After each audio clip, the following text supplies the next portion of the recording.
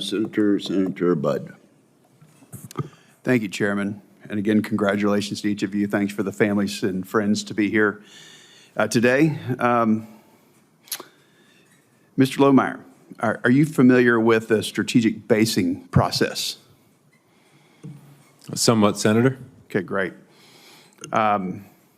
Last month, the Department of Air Force transmitted its plan to Congress for the sustainment and recapitalization of the Air National Guard fighter fleet. Now, it was the result of much analysis and careful planning. It's this document right here. Have you had a chance to read this? I have not, Senator. Selfridge Air National Guard Base in Michigan, it's receiving 15 EXs, and that is not part of this plan,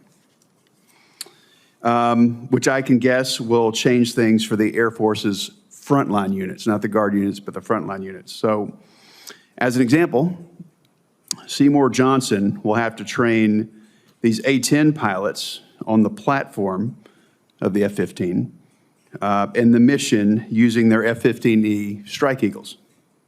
You flew the F-15, correct? C models, yes, Senator. Yep.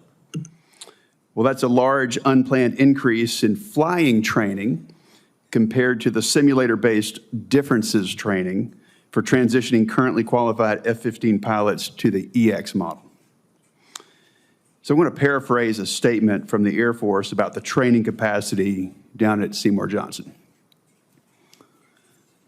F-15 program flying training requirements will jump by greater than 50% in fiscal year 27 and 28.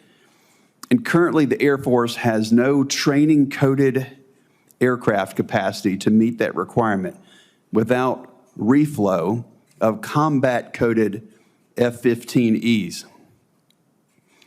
The Air Force is being forced to examine drastically cutting the F-15 syllabus length to meet those requirements.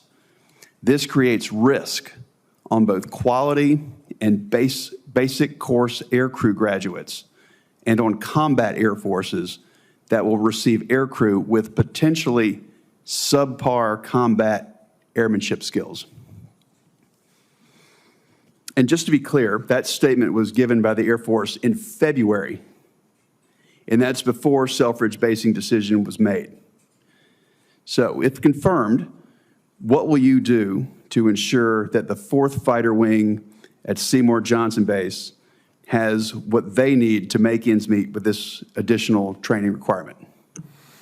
Senator, I'm really glad you brought all of this up. You have my attention. I understood everything you've said. It's of great interest. I'll say that I'm very familiar with the missions being flown out of Seymour Johnson. In fact, I'll just say publicly it matters a great deal to the Air Force and the American people that we had over 80 drones shot down in the Middle East this past year over a 6-month period by a unit out of Seymour Johnson. And we have dozens. They had just arrived at that very moment. They prevented potentially mass casualty events, and dozens of these men and women suit up every day out of Seymour Johnson doing an absolutely critical mission in defense of the homeland. And so you have my commitment that if confirmed, I'll look forward to working with Dr. Mink, if he's confirmed, to looking at these things in a nonpartisan way, these basing decisions and the proper force structure and bed down of forces. But I'm interested in learning more from you about Seymour Johnson in particular. Thank you for that answer. And just to be clear, if confirmed, you'll be responsible for assisting the Secretary in organizing, training, and equipping the Air Force, correct?